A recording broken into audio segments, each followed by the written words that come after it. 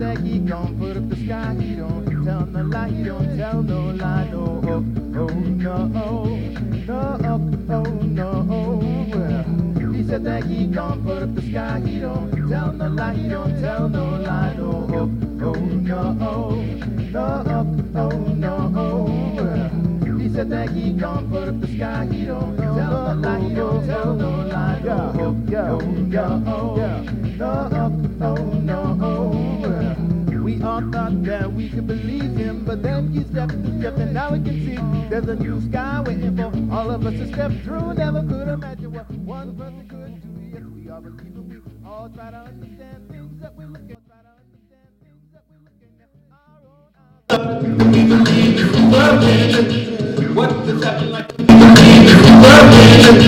What does happen like a minute ago? Try to push and pull and we stop to move, and then we walk away and forget to say that this anthem means that we are all united underneath this banner of humanity. It's not you and me, it's just us and them and all of us pushing for the same reason that we get fathers. It's okay if we all get wounded in the struggle, but the problem is that we all talking about a trouble. Come on, he said that he gon' put up the sky. He don't tell no lie, he don't tell no lie. Oh, oh, no. He said that he gon' put up the sky. He don't tell no lie, he don't tell no lie. Okay. Now, I believe that's confirmed that I'm a weirdo. My name is Zack Freeman. Technically, I have something stuck in my pocket. Take text. Technically, I'm the graphic designer and communication specialist for First Choice Community Healthcare. But in August of this year, I also became a second lieutenant in the Army National Guard. I know I don't look like it because I haven't shaved, but who likes shaving every day? Not me. I have 2 kids and a couple of houses. That sounds cool, but it's not, because like when one's not rented, then I'm like, oh, save my money. And I also do side work as a graphic designer. I teach jiu-jitsu to little kids, and I recently took up Muay Thai, which I suck at really bad because I'm used to grabbing, but in Muay Thai, I just punch people, so I'm like, ah, get it. So I am a prime candidate for burning out, and I have actually.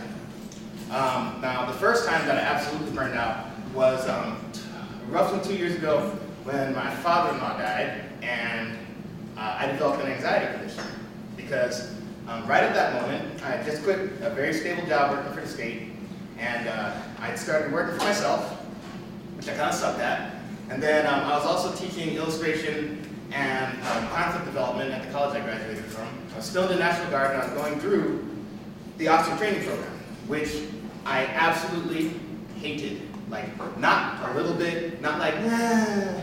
Like Monday, I'd have drill that Friday, and on Monday morning, I'd wake up and be like, damn it, I have to go to OCS this weekend. And it would color the rest of my week, right? So, all that's happening, and then my father-in-law dies. And then my marriage started falling apart. And I was still trying to do all this stuff. I was like, oh, I'll still make it to jiu-jitsu. And since I didn't know what the anxiety condition was, I just felt like I was choking. And I was like, well, if you're choking, maybe something's inflamed. So if you go to the gym, that'll get rid of the inflammation because more blood flow happens. So I was working out like 3 to 4 times a week, twice a day, just to keep this thing at bay. And so eventually the marriage ended, which kind of sucked, but I mean, death in the family, kind of roller coaster for years. And then all these other different stressors, OCS, paying for 2 houses, all that stuff like totally built up, right?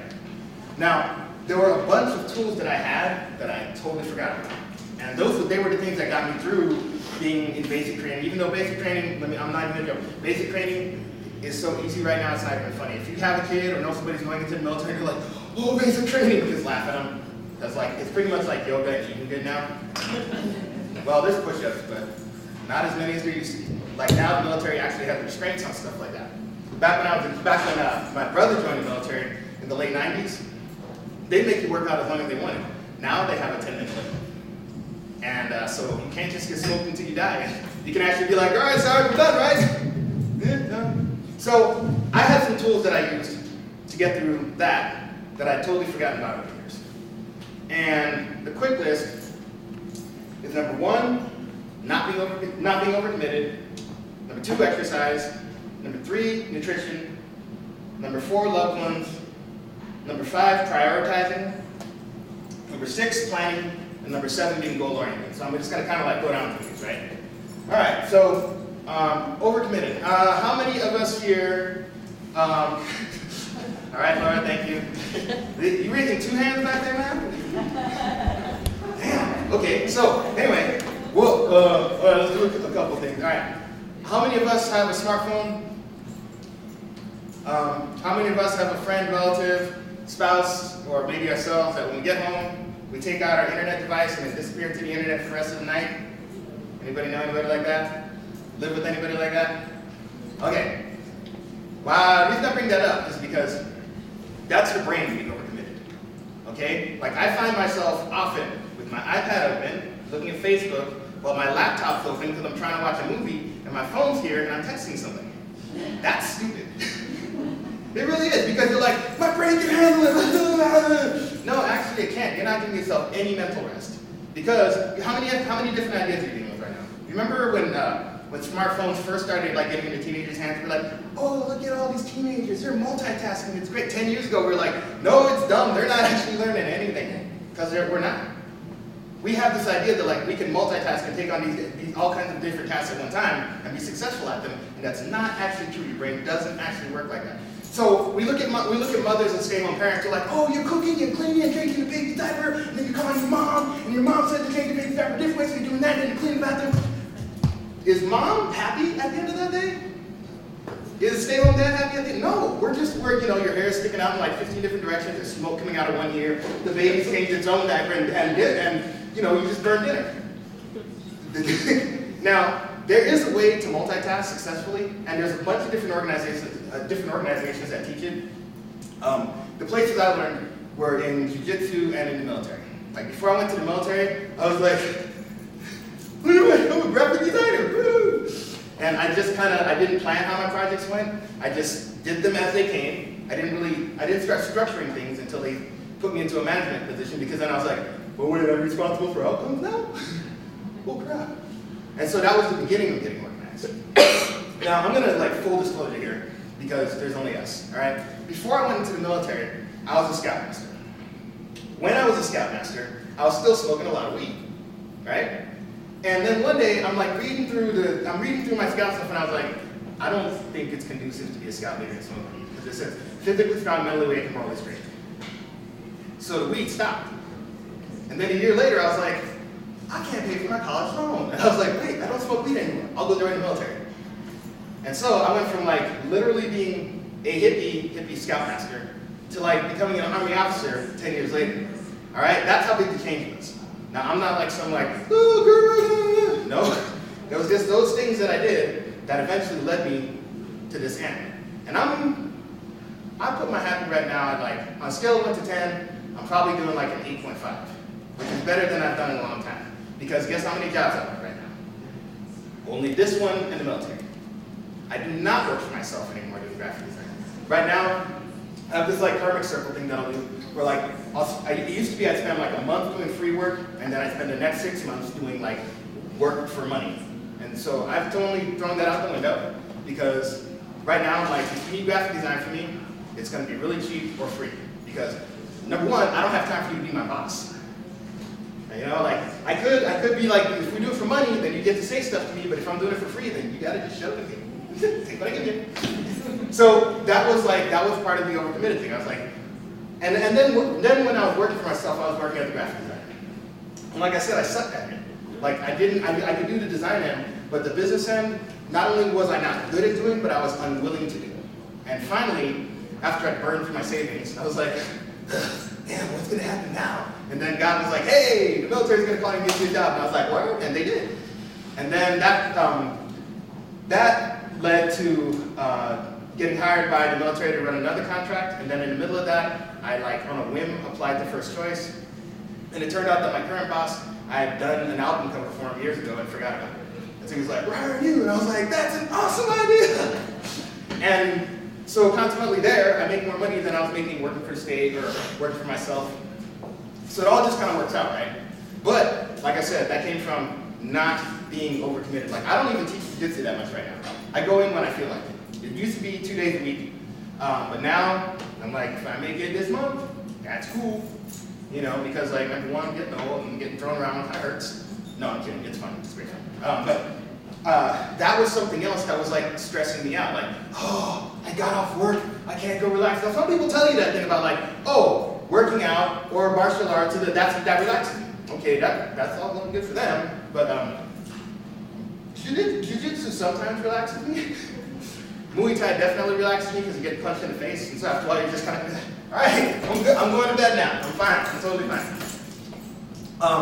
But yeah, like making those things not a pressure on me were part of me wiping away that overcommitted. Now working out all the time, I don't even do that, and I'm not recommending my system to anybody because you're going to end up finding out what works for you. Now physicality and movement, that has a lot to do with getting rid of stress. Like if you're living a stressful life and you're drinking a bunch of coffee in the morning and then you're eating a bunch of greasy, nasty food in the afternoon for lunch and dinner, and you get no exercise, you're going to die of a heart attack. Or you're going to develop an anxiety condition. And I didn't know this, but a lot of us by late in life, I mean like after our 30s, now a lot of adults are developing these things. And I was like, aren't you like born with stuff like that? And this guy just is like, no, actually, you can screw that up by yourself.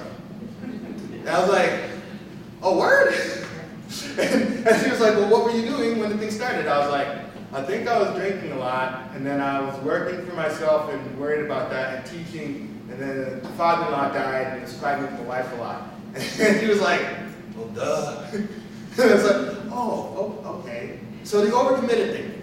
If you like being of service to people, that's one thing. But you can't kill yourself doing it. Now, any of us churchy? Yes, no? Okay, like I'm born and raised Mormon, I really suck at it, like bad. You can tell by the weed disclosure thing. But like, well, here's the thing, is that like you can be Mormon and have those habits, there's just stuff that you won't be able to do. Like you won't go to the temple, you're not gonna take the sacrament, like that kind of stuff. But you can still go and serve and be part of that community, right?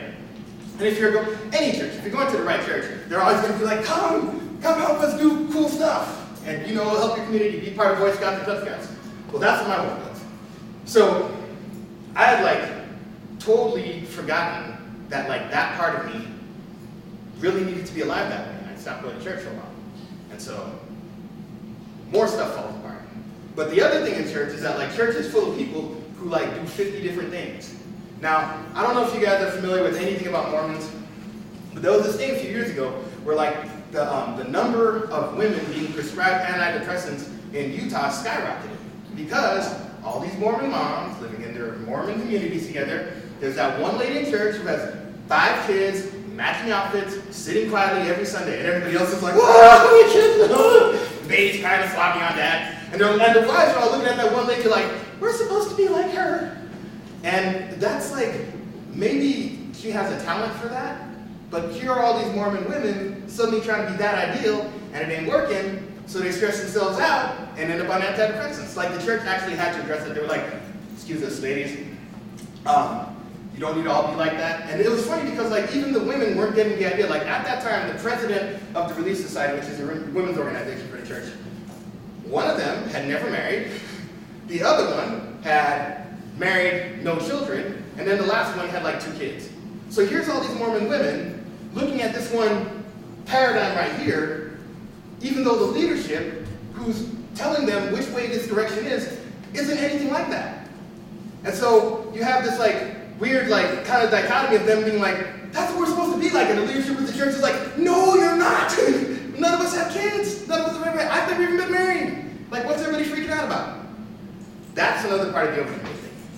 You look at the wrong paradigm, you think that somehow it speaks to you and you should be that, but if you haven't answered your questions as to why, there's a good chance that you're going to end up overcommitting yourself. Now me, when I did the church thing, like, there's always like this group of people in any organization where they're like, we need volunteers to go clean up elephant poop. And like the same 5 people are like, all right, I'll go do it.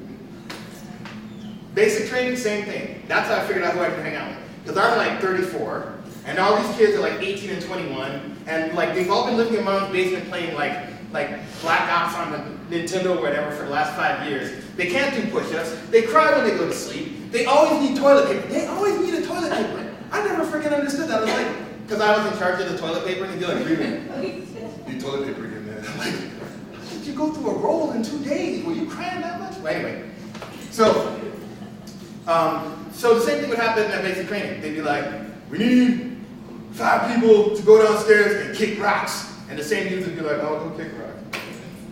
And so like when it came time to do something hard, like the land navigation course, or something fun, like getting to go down the climbing wall an extra turn, since I was one of the people who were in charge, I was like, you 5, you're coming with me and we're having fun.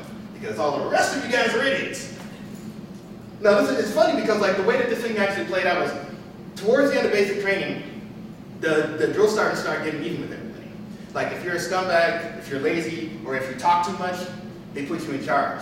But since you're lazy and a scumbag and you talk too much, nobody listens to you. So then, by like the last 2 weeks of basic training, your platoon is either really, really tight, or you guys are just jacked up.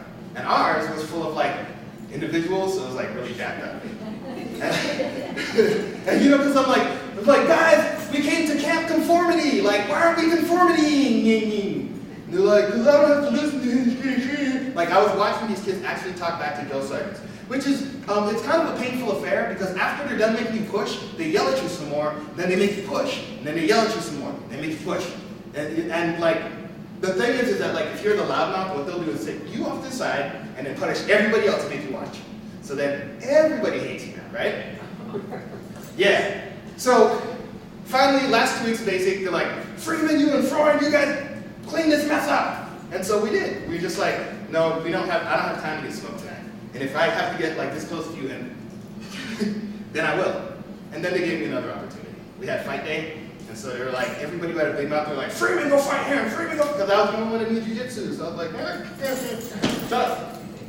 But that's drill sergeant match. Either way, we finally get to the point where we have to clean up this mess and get everybody to listen. And I stood in front of the platoon one day, and I was like, I don't understand this. I'm National Guard, okay? I'm a National Guard reporter, like with a camera, no gun, not even a knife. I'm going home after this. You guys are all going to Afghanistan. And they were like, no. Guess where everybody went? 6 months later, they were all, to a man, in Afghanistan. So, having the mindset when you can see how things are supposed to be organized, and refusing to abide by that, even if it's something like conformity in the military, that's probably not a good idea. You're hinging right back into the stupidity that creates being overcommitted. All right, now we get to talk about something fun. Sorry. Okay, exercise. Okay. So I kind of started in on this, but when I went to the military, I was in better shape than I was when I got out of basic training, because basic training had to be reformatted because they were breaking too many soldiers. Why? Okay, so my parents' generation grew up running on top of fences, right? Because people actually had fences outside of their house, and that was one of the games, like balancing and stuff. My generation did not have fences, and we didn't go outside and run on walls that much. I was a TV generation, right? This last group of basically 15 to 30-year-olds have all grown up with this. Like, that's doing stuff to our society that we don't realize we're doing. Number one, we're killing our ability to effectively communicate. Like, I had to reteach my teenage son how to talk to grown men because he texts all the time. And so I was like, call up Brother Bushman and tell him that you'll meet him at the church so that you can get this thing signed off. And so he picks up the phone and goes, Bushman, it's Kieran, I'll meet you at the church. And I was like, hang on. First off, you don't tell no adult nothing. You ask adult stuff, and then they agree. Not the other way around, like the inmates do not run the jail. All right?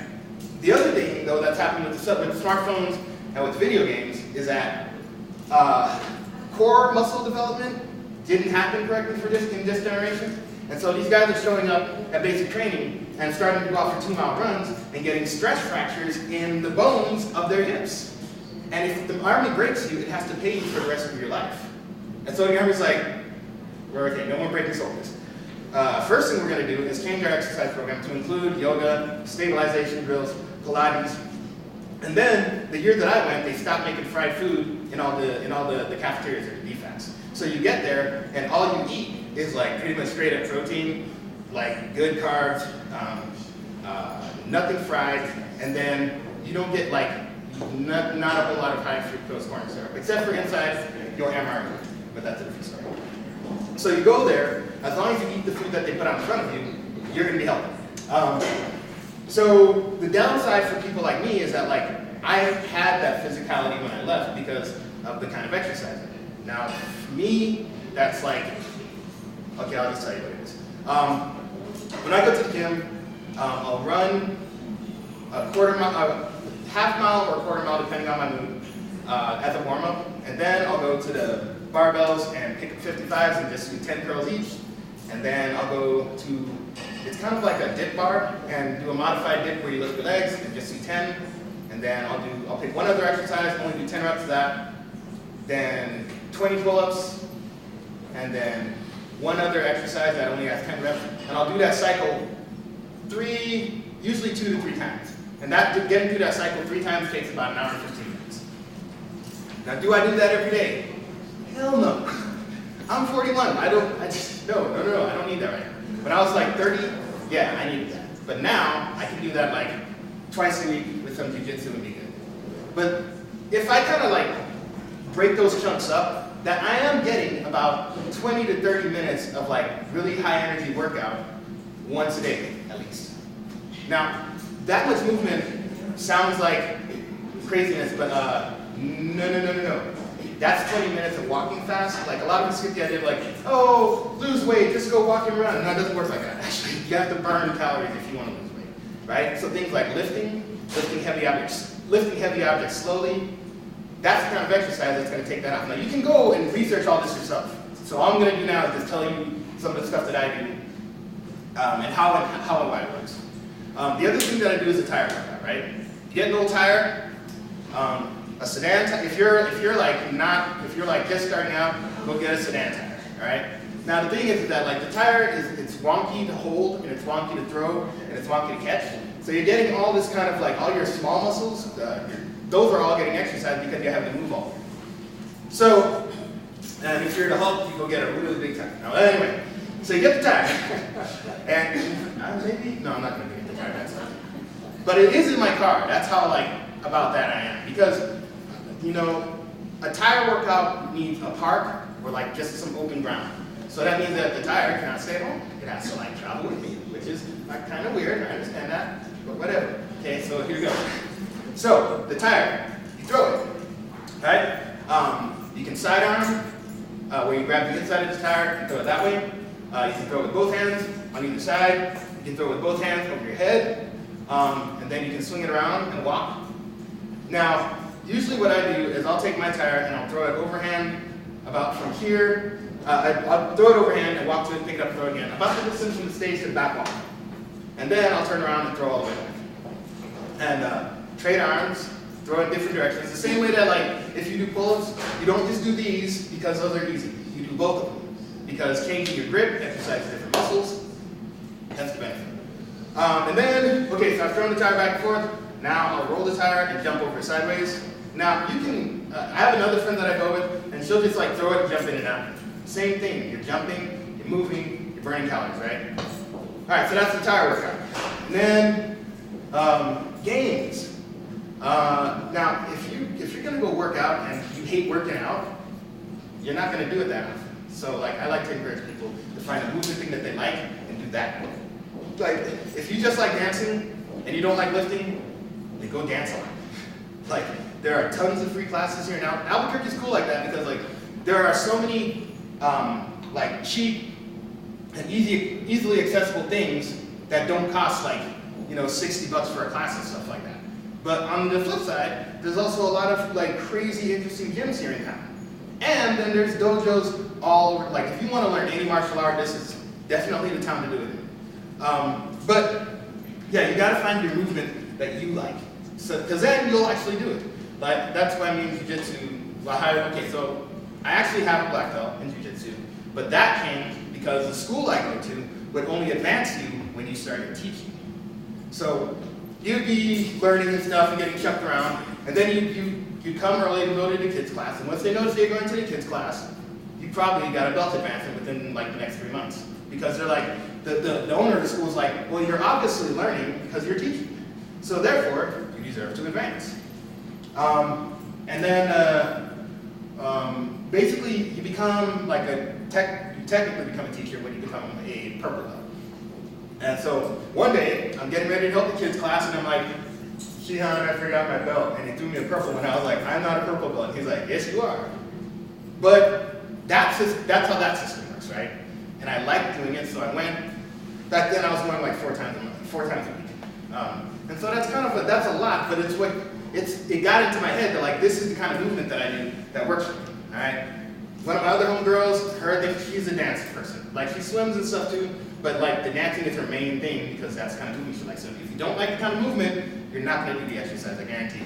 Like everybody who gets on Facebook is like, oh, it's like at the gym. I'm like, shut up. Like I don't care about your damn leg day. You know, like, just go and kind of be okay with going instead of like, I mean, now granted, all my friends that take CrossFit that are like, CrossFit, I'm like, CrossFit's a cult, but it's a cult that works. It is. CrossFit is a cult that works. Like, I've seen CrossFit knock pounds off of people and get them strong in like 6 weeks.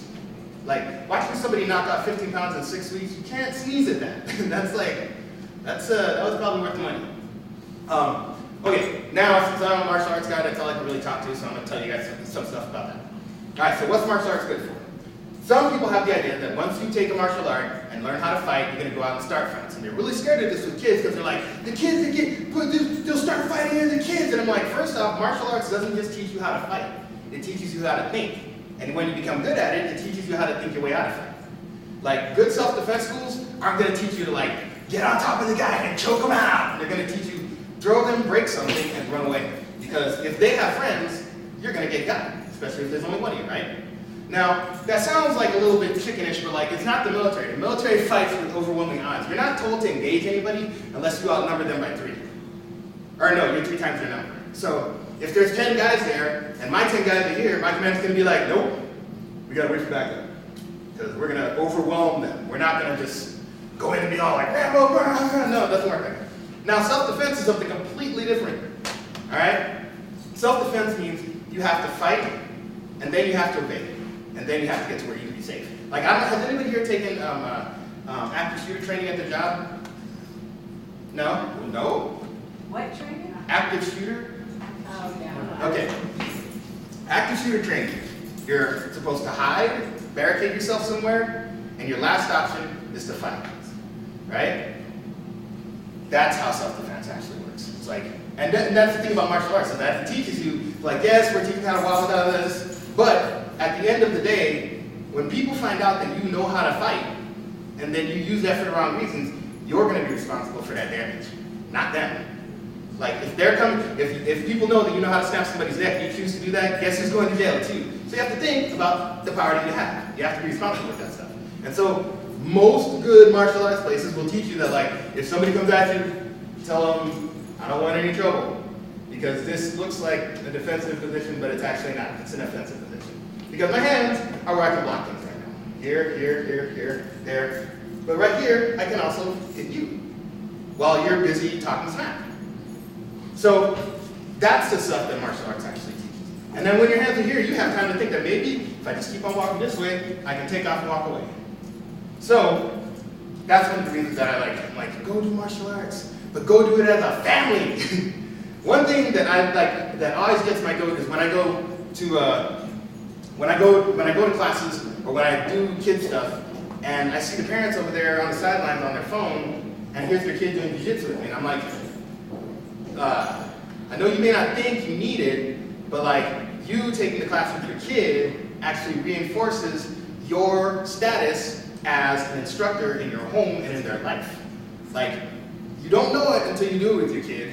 Because like, in your kid, you don't have to go home and like, I yelled at my son, after he turned 13, I yelled at him 3 more times full voice. He's 18 now. My daughter, I've yelled at twice and she's 13. But that was a learned skill. That's not Zack. Zack used to be an angry idiot. And like my parents actually called me up when my son was about 10, and they were like, "You can't spank your kids anymore." And I was like, all right, put my dad back on the phone because you're an alien. Like my mom whooped my butt until I was 18. Like the last time my mom hit me was the day I got kicked out at 18. Okay. So my dad's black and my mom's Samoan. I don't know if you guys have any Polynesian friends or family, but Polynesians don't have filters. They don't. They think they do, but it's only between them. The rest of the world, like my mom, me and my dad were like, cop pulls you over, you put your hands on the wheel, you say, sir, sir, sir, sir, sir. My mom's like, why'd you pull me over? I wasn't doing anything. We're like, you're gonna get a shot. You know, she just like has no fear of anybody because she's like, Samoans don't really fear anybody. That's why they make such good football players, because they like to fight. In fact, the largest number of casualties from the last 16 years of war that we had per capita is from American Samoa. That's how many vets came from there and went, and like we don't know that because we're like Samoans, is that like Somalia? No, it's a small country full of brown people in the Pacific. It's where we get football players from, like the Rock. Oh, Somalia! Never mind. But anyway, so my mom has no filter, right? And that's why when they called me up and they're like, you can't spank your kids anymore, I'm like, well, do you remember the day that you kicked me out when you hit me with the aluminum broom and you bent over my arm and I took it away from you, so you grabbed the wooden broom and I had to take it out of your hands, otherwise you're going to clap me with it. And I did. I threw it on the roof and nobody took it down for like 2 years. I finally came over one day, I was like, let me get the broom off the roof, thank you. So they were like, I was like, why are you guys telling me not to spank my kids? Even though you guys spanked us our entire lives. My mom and dad were like, well, see, it turns out we found out that it doesn't actually work. Because all four of us, once we got out of the house, we went bananas for like the next 5 years. Like, I was like, what pill can I take and smoke what? Parties! Like, pretty dumb. I was in a band, I traveled the United States, I hated my band, but I was like, the girls move! I'm better now. But they were like, that's what we're talking about. Like, you guys felt like you didn't have choices, you didn't have options, and so once we let you go, we go, wow. Now, what does that have to do with me and exercise? Okay, all that time, that I was like, okay, mom and dad said, don't spank kids anymore. What am I supposed to do? And my dad was like, smoke them. Smoking is the military term for exercise to muscle failure. And so I was like, we'll try that. Because I mean, I don't know about the rest of you, but I never felt good after spanking my kids. I always felt like I just hit a little kid, you know. Even though I knew it was up, I'd been spanked my entire life, you know. But then, so I tried this smoking thing. It was every infraction. Did you look at me funny? Did you cry when you were eating dinner? Did you cry at all? Did you say no when I told you to pick up your toy? And my son at this point is 10 and my daughter is 5 going on 6. So every time they messed up, push. But I didn't just make them push. I would get down there and exercise with them. So it's like, you cried? All right, so we're doing 50. And at first they were like, I was like, another 50. They learned real quick. They were like, no, I don't like doing 50 push-ups. So at the end of the 6 months goes by, and we always, when they get in trouble, all of us are pushing. So little by little, we're not exercising very much because Dad's not having to yell or like tell anybody anything twice. I walk into the kitchen, and I'm walking up to the kitchen, and my son's like, come here, Dad, come here. So I walk in the living room, and here's my daughter, 51, 52, 53, 54. She's doing push-ups, but she's doing them with one hand. Okay? This is a 5-year-old girl going on 6. And they weren't like big, humongous push-ups. They were just little, but she was doing them with one hand. She got up to 64. Me and my son were just like, damn! What else do you say when a 5-year-old does that? You know? You don't say, hey, that's really good, honey. No. So 2 days later, I'm at Scouts, and I have 5 16-year-olds that took off from the building to go to the store without asking. And I was like, no, there's an insurance policy through the Boy Scouts that says that when you guys are here, I'm responsible for you. So if you leave, that's my bad. 30 push-ups. These kids got down and were like, 1, 2, and I was like, oh my lordy help us. I was like, come here, 30 push-ups. 1, 2, 3, 4, with one hand, 5, 6, 7, 8. And these kids are just like,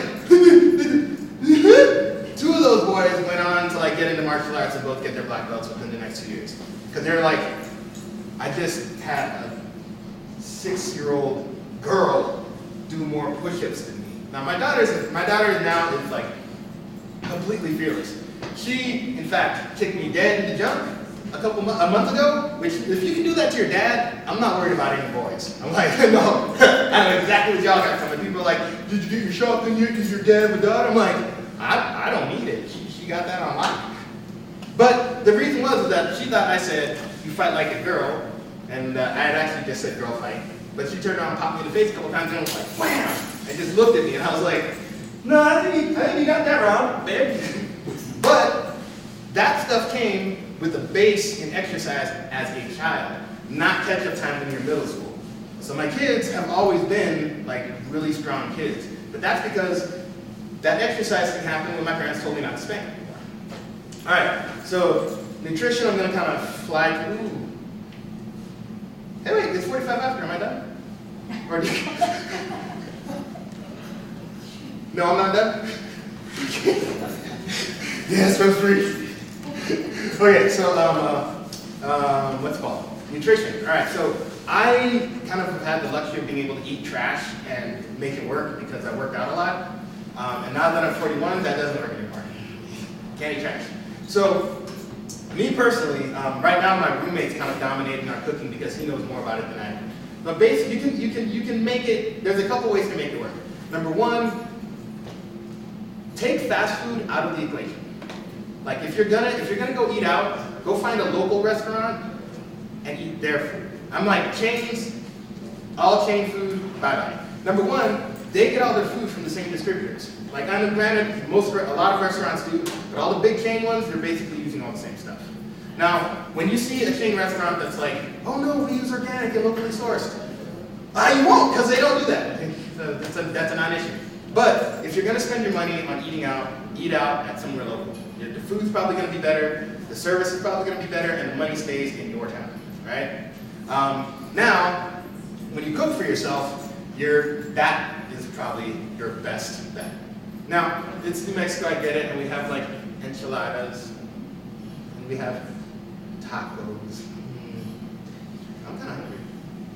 Sorry, I weren't supposed to hear that. But we have a lot of our local flavor has ingredients in it that maybe aren't the greatest for us.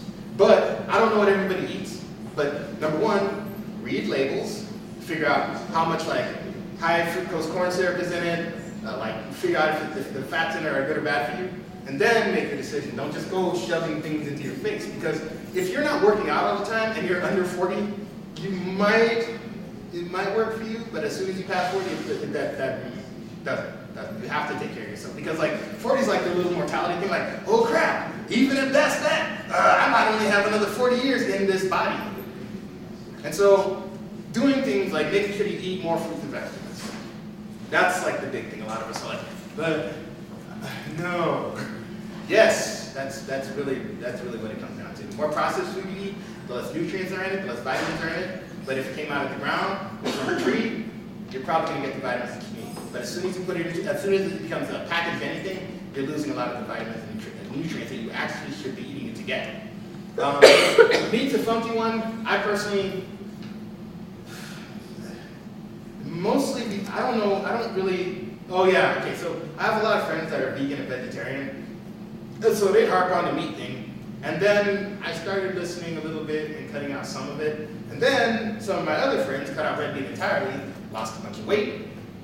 That was the first thing, and I was like, okay, well if it does that, maybe I don't really eat as much of it as I do. But diets are subjective, okay? Like everybody can't do what everybody else does. Like some people's diet, even though it made them super healthy, may make you super sick, because like you might need different kinds of nutrients. So you're gonna have to research that, what works for you, and experiment on your own. But just the basic thing: eat more green stuff, eat less processed food, cook for yourself more often, and then control your portions. Like your stomach is basically this big. So this much food is about all that your body really needs. But we live here, and has anybody gone to any place that feeds you a portion this big? It's like a bowl of pozole, if that's what but otherwise it's like, I asked for enchiladas and I have a plate that's like this big. And I took it home and shared it with my neighborhood.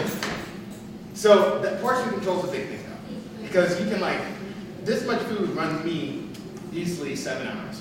Like I'm not a big eater anyway, so like that might be kind of dumb on my part, but that's all that I do. When I go out, if I don't split what I'm getting with somebody, half of it usually goes home with me, or I just get an appetizer, because guess what? That's how much it is. All right. Loved ones. Okay. So now, if you do have friends and family. If you don't have friends and family, you should develop some friends and family. Okay. Unless you're a hermit and happy that way, develop some friends and family. We all need people to bounce ideas off of. We need hugs. Like, that's the thing. Like, we do kind of need hugs. Like, they make us healthier, they make us happier, they kick off endorphins. And then having other people, so you're not an island. Now, what does that have to do with burning out? Well, if you're an island, you probably don't know what you're doing. A lot of us, I mean, we have like behaviors that we don't realize that we're doing. Like, why do some of our friends tend to piss off everybody around them except for us? Like, does anybody have friends like that? I do.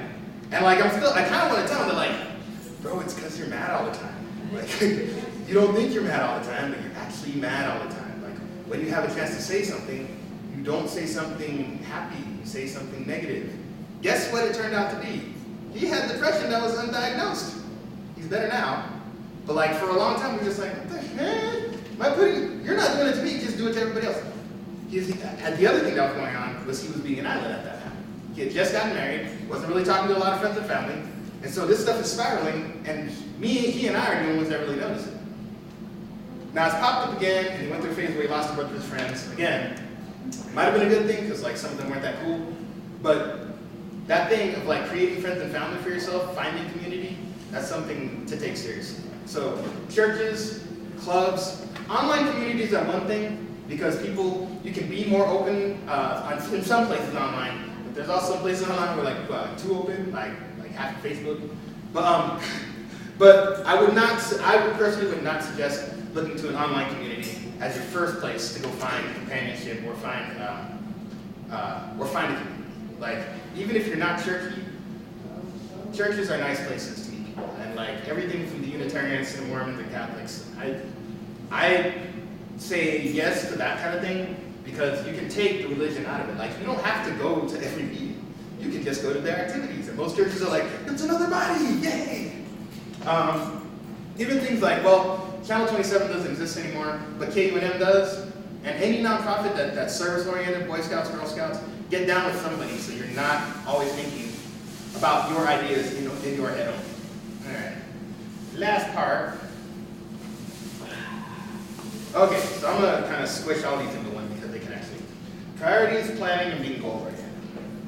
All right, so burnout happens when we don't really know why we're doing all the stuff that we're doing. We might think we're being very organized about it, but if it's like, I'm building a company, that's a goal. So that's going to have priorities. I'm just working 4 jobs all the time to support my family, not so goal-oriented. Now, that sounds messed up, right? Because a lot of us adults end up doing that. We get broke, we have to pick up another job, so we pick up the other job, and then we're doing this other side hustle thing and going to our normal job, and we're pulling out our hair at the end of the month because like there's still not enough money, we're still tired as hell, and our kid takes. And we hate that. But, like part of that, this is one thing that happened at my house that like didn't have to go this way, but it did. Now, the Mormons have tools, right? Family home evening is one of their most awesome tools ever. Family home evening is 1 night a week where no friends, no sleepover, no TV. You guys sit down for like an hour. You have a short lesson on anything, like on how to like put together model trainings, and then you have a spiritual thought, and then you have family counseling. And so those things right there, when done, they make families like really solid because kids feel heard, spouses feel heard. You're not over religioning your family because it's just a spiritual thought. If we're not sitting down reading scriptures together, that's not it. It's a spiritual thought. That spiritual thought can be, we need to have quiet minds. So let's like not have our phones on all the damn time. Thought done, move on to the dessert activity. That's a really good tool. Unfortunately, we were two different, she was atheist, I'm Mormon. It didn't work for us. But that doesn't mean that same concept can't work for everybody else. Because essentially, even if all you have is a roommate, you just had a planning session, you just laughed together about something, and then you ate a dessert. Those can be really powerful tools when you use them consistently. All right? Now, planning. Okay, so like my life now, I have like, there's always a notebook next to me at work where I can like immediately scribble down ideas, or like my to-do list is on there. I actually read what's it called? Time Management for Dummies. I asked my brother because he was in Special Forces at the time. I was like, "Yo, what do you guys do to learn how to organize yourself so well in Special Forces?" He's like, "Read Time Management for Dummies." I was like for Dummies book? That book changed my life. Not even joking. It told me like the basically how lists can benefit. So you have a master list that has like, it's basically like your big year goals, right? And then when you have time, those have to be prioritized anyway. You can't just like write them down willy-nilly. Prioritize those. And then you have a chance to take out the ones that matter and make lists to accomplish them.